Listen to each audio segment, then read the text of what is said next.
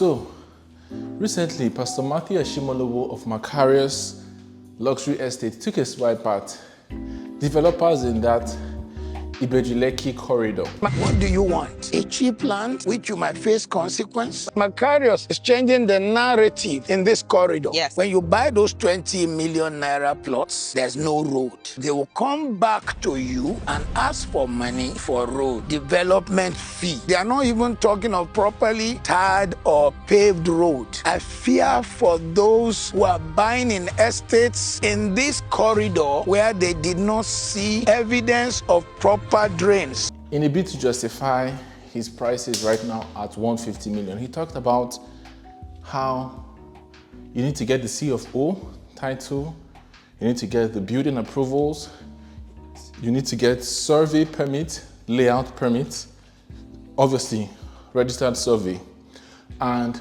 a whole lot of bunch of other things that you need to get. And so he was kind of bragging that they did all these things and then he was costing them in billions. Mechanical, electrical, and plumbing of Macarius is costing us 9 billion. Layout for this estate, 120 million. Survey, 200-300 million. C of O, over 1 billion. And for us to build something that is truly legacy, foundation is 3 billion. The infrastructure in this estate is running to 10 billion. That was required for Macarius to be Macarius, and also it took a long process. I want to talk about a different thing that he did not talk about, and this was because recently a client reached out to me. He wanted something in the Ibeju Lekki corridor. I'm not going to call the name of the estate. Along that Dangote side, it's not along the Lekki Ekpe expressway side. And there was a deal with this developer. Like I said, I wasn't going to call the name of the developer, but we were working with the client early 2023. He wanted to get bulk land, about an acre plus, and the land there was going for like 30 mil, thereabouts. Since he was going to get an acre, we got a good discount for him. But when we were doing the due diligence and we asked them to send everything, what they sent was letter of allocation, that the government had allocated so and so. And even in the letter of allocation, the government had given them a kind of like an ultimatum that they had to start to develop within that period.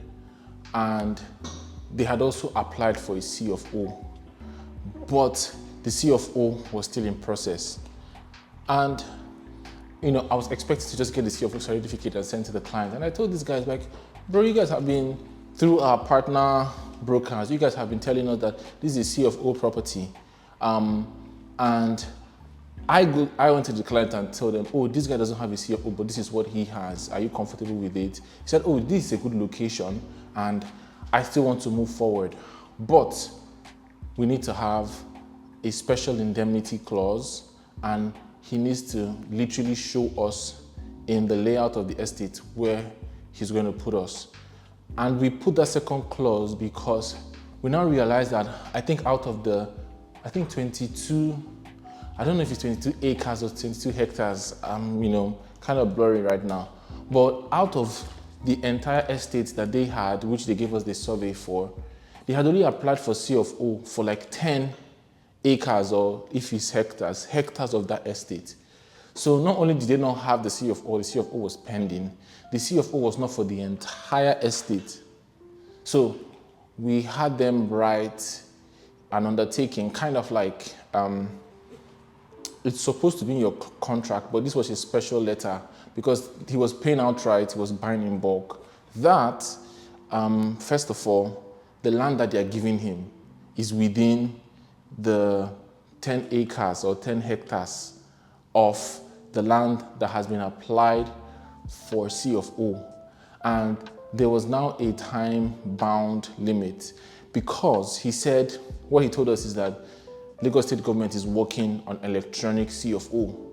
And that was before the elections, and the governor is busy, he's doing this or that. It's literally in the governor's office that after election like this, they'll sign it. It's in the governor's office. So what we gave him, we gave the developer 3 months, and we told him that if C of O is not gotten for this land, the actual C of O certificate is not gotten for this land, in 3 months, we're going to, you're gonna give the client a full refund. So, that was it. This deal was so important that we're literally speaking to the CFO, developer, face to over the call. I had not met any of them, but we're just kind of coordinating this over the call. Now, I've spoken about this thing before. So this man, HNIs that does stay in Ikoyi, something just came upon him and said, you know what, let's just drive. Uche, let's just drive on a Sunday and just see. But everything was good to go. He was supposed to make payments. I was calculating my commission. Anyways, I was not in town, so a friend of mine took me there. When we got there, his wife just didn't really like it. And many times in this business, people's spouses are the weapon fashioned against you. Salespeople, you would know this. So he's like I said, a friend went for me because I wasn't in town. He said his wife didn't even step down the car. She was like, I don't like it. So essentially that deal was, but that was 2023. So when this guy came, this is this developer that we're working with. By now he has gotten a CFO. So I told him, yes, they have a CFO and they are along prime area. And then I tried to message the owner, the CEO, and maybe because of the other, I had actually talked to him about a separate person some weeks back, and he was answering me. But when I texted him about, dude, do you guys have the CFO a client? The guy had a UAE number, so I was guessing that he's in the UAE, Nigerian in the UAE. He's asking for this, and this guy tells me, he doesn't reply. Then I go to the customer care rep and also the broker group that we're associated with. Can you guys try to get this information for these guys? Tell me why these people sent me an allocation letter. In fact, I reached out by mail and I also reached out on WhatsApp. And it took a while. They sent me the same allocation letter that I had almost a year back. And even the one that replied me on the email said, "Yes, sir, this is the CFO certificate." I told them, dude, and they sent me the survey as well. Dude, I already have this. Send the actual CFO. They now said, this is what we have for now.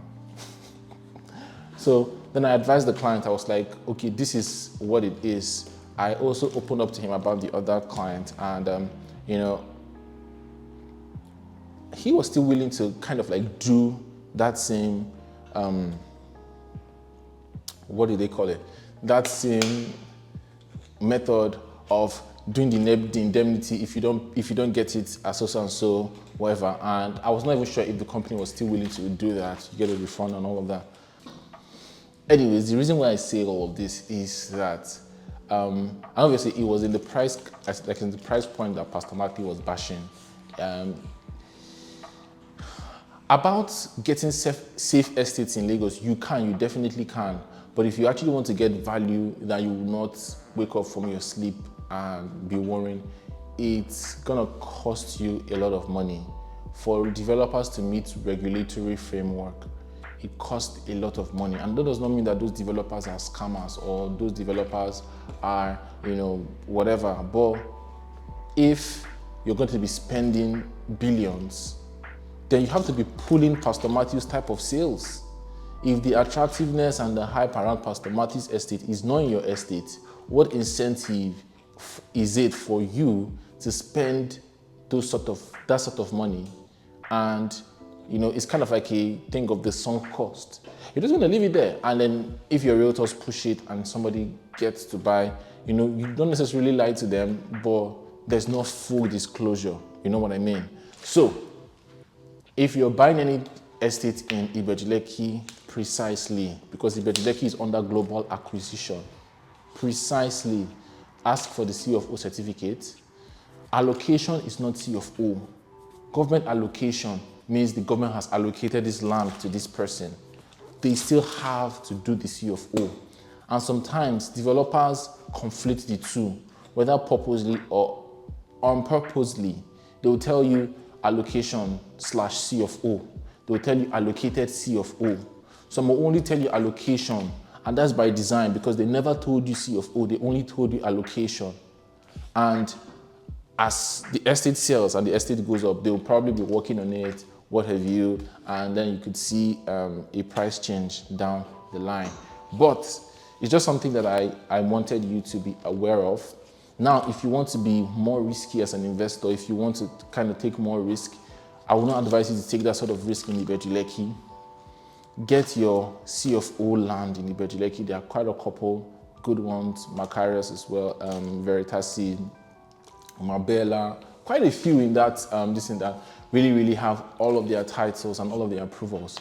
But if you want to, like I said, play a more risky game for a lot cheaper, you can go into Ekpe, and with Ekpe you can get freehold and start to work on your title by yourself, and there are no restrictions. And Ekpe is not yet, you're not seeing that same level of focus, government focus, because I don't want to go into another debate. I'm talking about urban areas, Land Use Act, but because of the Land Use Act and because Ibeju Lekki is considered as an urban area, then statutory laws apply.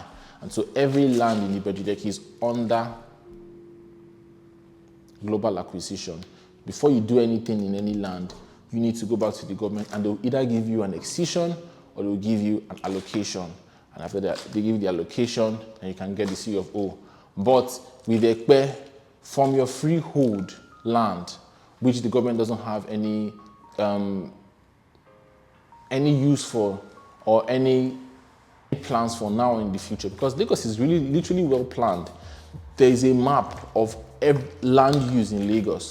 So the freehold areas are, okay, we want to do something residential mixed, but no government interest is here. So you can actually go buy that land from the locals, go and do your documentation, perfect your title, and you get your land. But please don't try that in Ibeju Lekki. So people have tried it some years ago and they were successful. But these are some of the things. Lots of times when people in diaspora they come to ask questions. Some of these little things, and if you don't really ask, there's also mistakes that you can make just by omission. And the developer wants to make money as well. And if you don't ask them these questions, obviously they will not answer it.